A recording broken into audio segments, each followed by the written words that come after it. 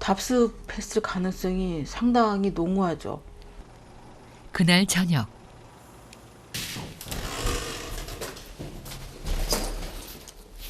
다녀왔습니다. 자야지 뭐. 할 거 없으면 자야지. 아휴.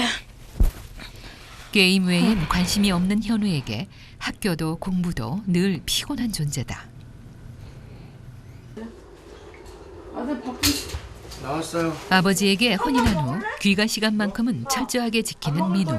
새벽에 몰래 나갔다가 들켜가지고 애기 아빠가 던졌어요. 던진 게 한 3번 되는데 이번엔 아작이 났어요. 되풀이되는 폭력. 하지만 가족 모두 둔감하다.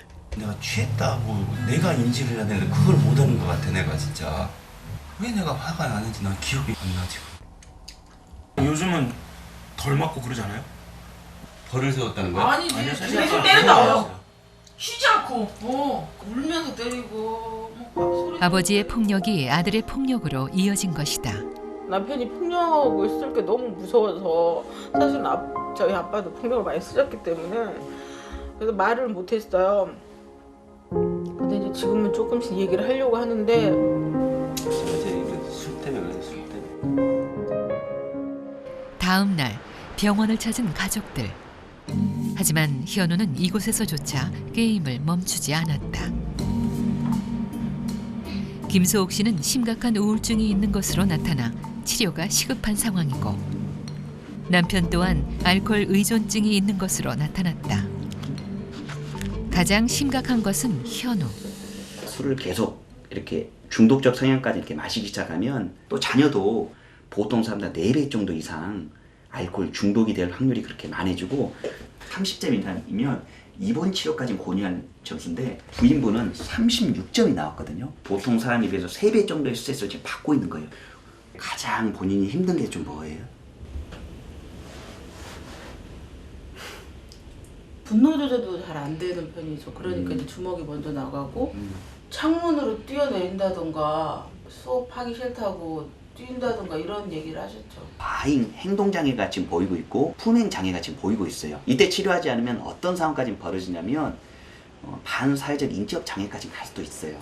분노를 폭력으로 드러내는 소아 우울증이다. 아버지의 어떤 알코올적인 유전적인 부분과 또 어머니가 좀 지금 심한 우울증을 겪고 있습니다. 그래서 그런 유전적인 부분과 또 우울증에 관한 환경적인 부분이 아이에게 영향을 미친 걸로 지금 생각되고요.